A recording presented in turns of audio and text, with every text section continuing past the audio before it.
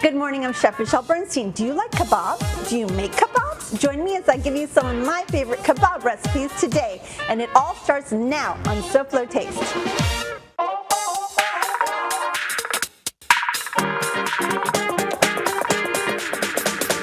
How fun is that?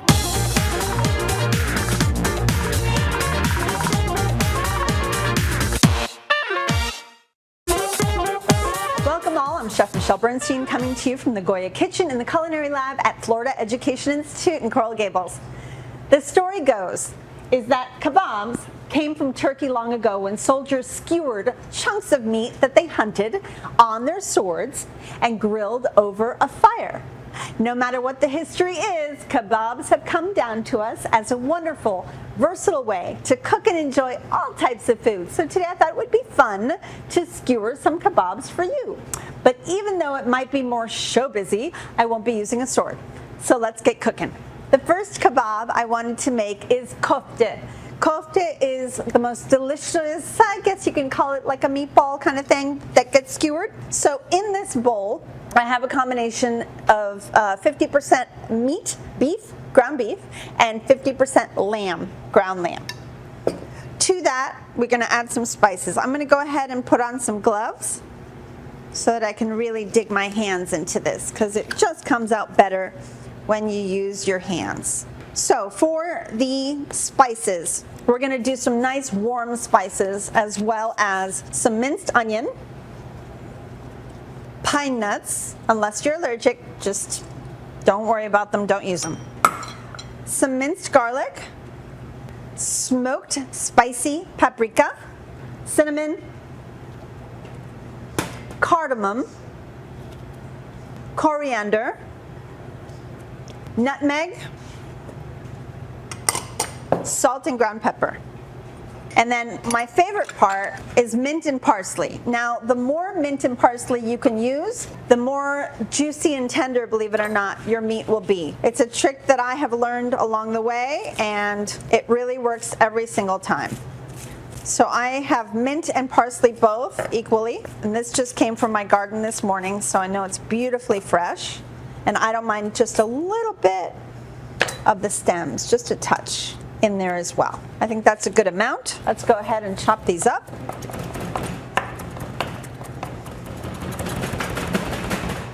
Now, whenever you're chopping, if you find that the leaves are not actually cutting through, but they're kind of getting a little bit wet and bruised, that means that the blade on your knife is not sharp enough. And it's really important when cutting things like onions, herbs, garlic, that you use a very sharp blade. Because what you end up doing without a sharp blade, with a dull knife, is that you're allowing all the beautiful moisture to release from your ingredient rather than just basically chopping it fine and allowing all that moisture to stay within your ingredient. So as you see, this is all chopped fine, but if you look at the cutting board, you won't see any of the moisture released from under the herbs. All right, so let's throw all that parsley and mint. By the way, that's Italian parsley. I'm sorry I didn't tell you that earlier. To me, it has a little bit better flavor than curly, but I love curly for other things. All right, so you start working the kofta ingredients together, that beef, that lamb, just keep working it, because you want everything to really get incorporated into the meat. And it already, oh, the smell is so good. You know, when you use these spices, everything is just already just intoxicatingly delicious. And you can even overcook it just a little bit, and I think it can handle it. So I'm gonna go ahead and light up this griddle that I have down here. So this is a cast iron griddle, and it has grill marks on it. Obviously, I won't get the same flavor as I will with charcoal, but we're not outside today. So this works really nicely for skewered items. So what you're gonna do is, I have a little bit of water over here for my fingers in case it'll help me mold a little bit. I have a little scooper just to help me out a little bit so that it's even, but you don't have to have a scooper, it's up to you. But as a chef, I like everything to always be exactly the same. So I'm gonna start out by just dipping my fingers in a little bit of water, and I'll start shaping this. And I like kofte to be a little bit longer and thinner than I do thick and very fat. So we always dip skewers, and it's funny because it's not needed on a stove, but we always dip skewers overnight in water because usually we put skewers on a grill. And when you soak a wooden skewer in water, obviously you won't have flare-ups like you normally would if you don't soak it, and then you'd burn the skewer onto the grill. So I basically just put the skewer down into the kofta, and now I'm reshaping it again just a little bit. And the best thing to do here when you're done shaping them is really to place them into your fridge because it allows them to set. If you had the time, I would do this overnight, allow them to really sit because those herbs and spices really just macerate the meat and get even more flavorful. And this is what it looks like. So I already have some done. These we molded last night and they're beautifully set. So what you do is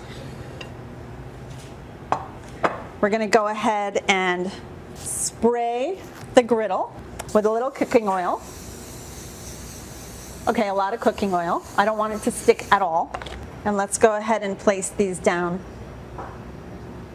I'm going to just call it a grill because it looks like one. And these should take about 8 minutes to cook all the way through.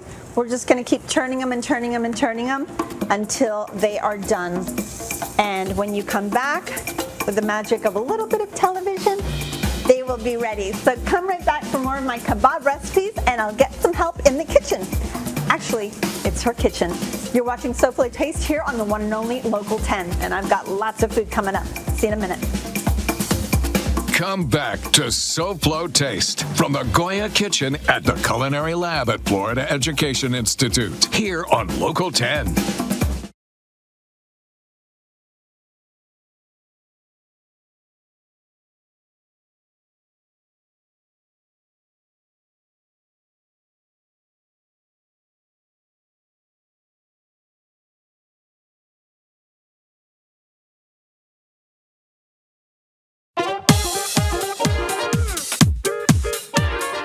Up right after SoFlo Taste, it's SoFlo Home Project with me, Elena Capra, so stay tuned.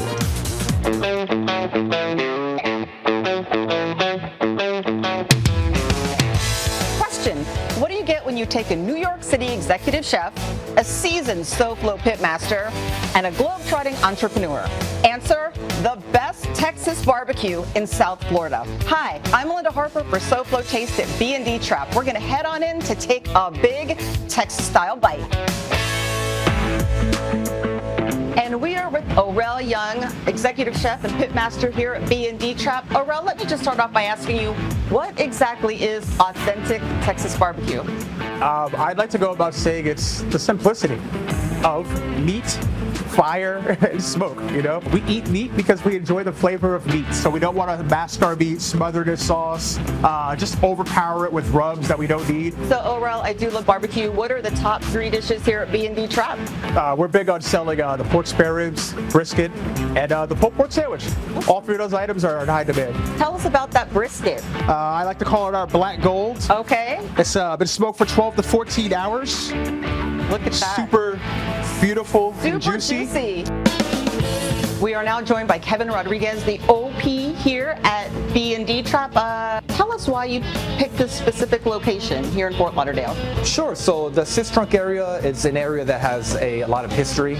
We want to showcase and share this community with everybody. That sounds awesome. If you're not going to come into the restaurant, say you're probably a little far away, Sure. How else can people find you? So you can definitely go on our website, it's bdtrap.com, and directly from our website you can go ahead and order. We also do catering as well. You can just reach out to us directly. We have a catering menu on the website, and we can do events anywhere from 5 people to 300 to 400 people.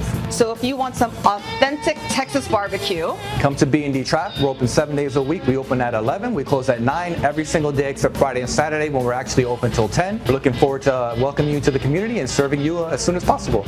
come have a SoFlo Taste. Thanks, Melinda.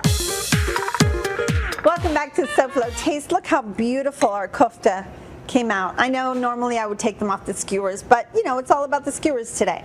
I put it over a little bit of orzo, warm orzo with a lot of herbs, and then of course I have a delicious cucumber yogurt sauce to go with it. I just think this is delicious and the whole family loves it. My son Zach goes crazy over kofta. It's probably one of his favorite things. Well, we are now in Coral Gables. Florida Education Institute's Culinary Arts program offers students a unique education that touches the international culinary fundamentals. In just months, you can graduate from the FEI Culinary Arts program and begin your exciting new career on the dynamic Miami culinary scene. For more information, just visit fei.edu/culinary-arts or just ask its culinary director, Isamar Leal. Hey, amor. Hey, how are you? Mwah. Thank you for I love having me. thank you for coming back. We love when you're here. Well, you work here. Yes. So you're already here, speaking but here. we like being here and I like being near you. Thank you so much. Thank you. How you doing today? Oh, amazing. It's smelling so good that I was crazy to come here. Thank you. Thank you. All right. So we're going to work together on my second skewer dish. Got it. We're going to be doing a harissa yogurt marinated fish with zucchini on the skewers. Yeah? Yes, that Okay, was good. the smell. Good. Mhm. Okay. So you're going to be skewering for me, Okay, perfect. and I am going to be making the harissa. So go ahead and put your gloves on. All right. Thank you, Chef. No, thank you. You want to tell us a little bit about what's going on here at the culinary school? There's a lot happening today, Chef. As Yeah? you can see in the pastry lab, we're doing some ice cream and a culinary. We're doing some magic. We're doing some tasting for the restaurant that we're opening. You're opening a restaurant? We are. What? It's a teaching restaurant. We're gonna be opening in like 2 weeks, and we're doing some tastings. that's The students are amazing. helping with all that. So people can just come in and experience what you all do? Correct. It's That is open to the wonderful. public. But the good thing is that the students get the experience of real life. course. Exactly. Wow. You know what? You can help make the marinade. Okay. I have harissa here. So I brought some dried harissa today. It's a little spicy. So go with what you think would work inside of the yogurt. Like right here. Yeah, but not too crazy because, you know, it's picante. A little more than that. more. Yeah, you know. Like about a table. You can add a little more. I'm sorry. We want that kick, right? I do want the kick because the yogurt tames it. You can squeeze that whole head. So we took a whole head of garlic and we cut off the top and we wrapped it in foil with a little bit of olive oil. We roasted it at 400 until it's really soft. It takes a while, huh? It takes like 40 minutes. Oh, but the results are Beautiful. Look at And that. so as you see, Isa is squeezing all that roasted garlic into the yogurt.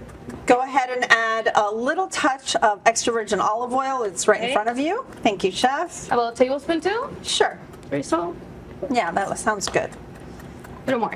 Dale. Un poquito más. Un poquito más. All right. Awesome. A good amount of kosher salt, Okay. lime zest, which is right in front of you with a microplane. Yes. And then, of course, I have chopped mint and parsley. Mediterranean. Very Mediterranean. I love when you mix herbs and then you get that little bit of sweetness. I mean, That's right. And then, of course, the freshness from the lime, right? yes. We have some maftoul, which is the larger couscous, which we toasted in a lot of olive oil, a little bit of delicate warm spices, and basically you can cook it in water, and that's ready to serve. The fish is going to cook fast. So what we're going to do is I'm going to mix this up really well with a whisk. Oh, that garlic is a Delicious, right? I know. I know. And I love yogurt on the grill. Let's taste it and see. What do you think? I think it needs more harissa. There you go. A little bit more kick. Why not? All right, so what Isa's gonna do, she's gonna take all of this yogurt and smother it all over the fish and the zucchini. This is gonna taste delicious. Okay, perfect. And then go ahead and Mix it up. everything. Okay. Everything up together. Like that? Yep, perfect. All right. I know it's kind of thick. Yes. And so what we're gonna do is we're actually gonna take 2 skewers because we don't want the fish or the zouk to fall off. So I'll show you one, and I don't have gloves, so I'm just gonna make one and wash my hands. So Perfect. I'm gonna start with fish and try to level the 2 skewers out together and put, We do this so this fish stays. onto the skewer, yeah, rather than just having one. All right, so Isa and I are gonna start making these skewers, and I'm gonna put them onto a grill pan, come right back so we can see how those turned out. And of course, we have more and more and more. So thank you, Isa. Te quiero mucho. Come right back for more SoFlo Taste and my kabobbing for summer recipes. Ay, ay, ay. See you in a minute. Thank you. Thank you.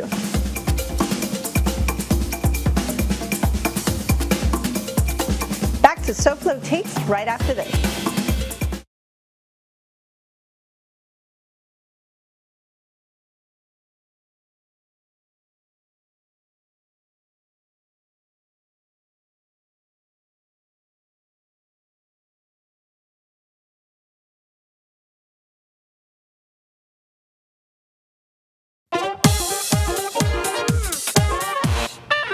Welcome back to SoFlo Taste. Check out my beautiful fish and zucchini skewers with the marinade, of course, the harissa and the Greek yogurt. Put it over that Israeli couscous, a little bit of lime wedges for squeezing. So good. Just don't forget, though, all of my recipes are available on the SoFlo Show's webpage. Just scan this quick response code and you're on your way to the informative SoFlo Show's page. You'll also see this QR code on the ingredient list throughout the show. Now back to summer kabobbing. Okay, I'm going to put this aside so we can jump into one of my most tried and true recipes. So this is a galbi skirt steak. It makes my mouth water. Every time I cook this steak up, people come from everywhere because they can smell it cooking. It's so delicious and so simple. Let's jump right in. This is just a little bit of gochujang. Gochujang is Korean chili paste. It also comes in a dry form, but I highly recommend getting the wet form. Let's go ahead and put this into a blender. Okay. Some Dijon mustard, a little brown sugar, some fresh chopped ginger, and some fresh garlic. Let's go ahead and blend this.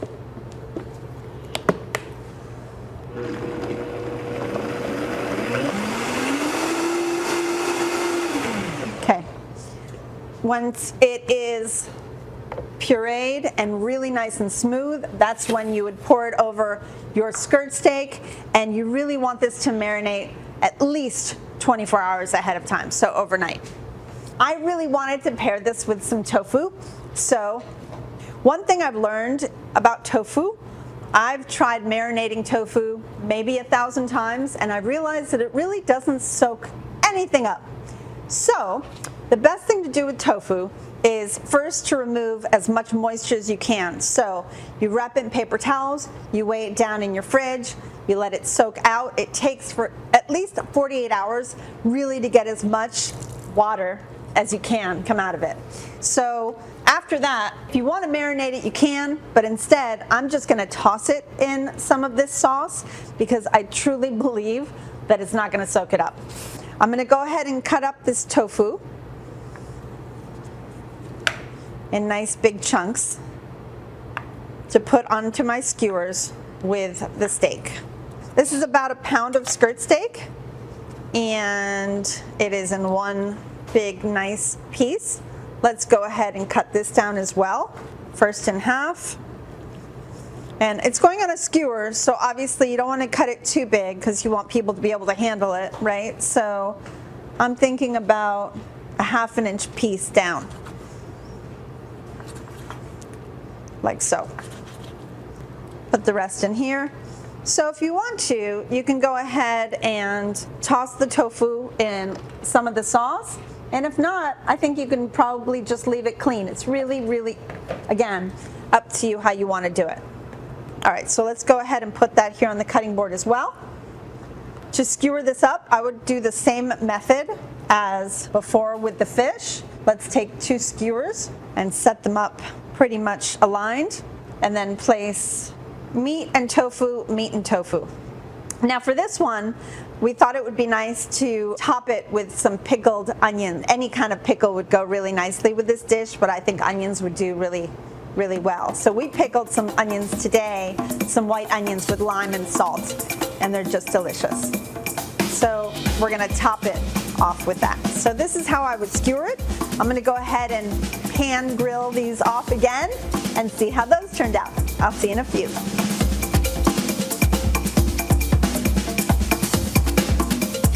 SoFlo Taste will return right after this.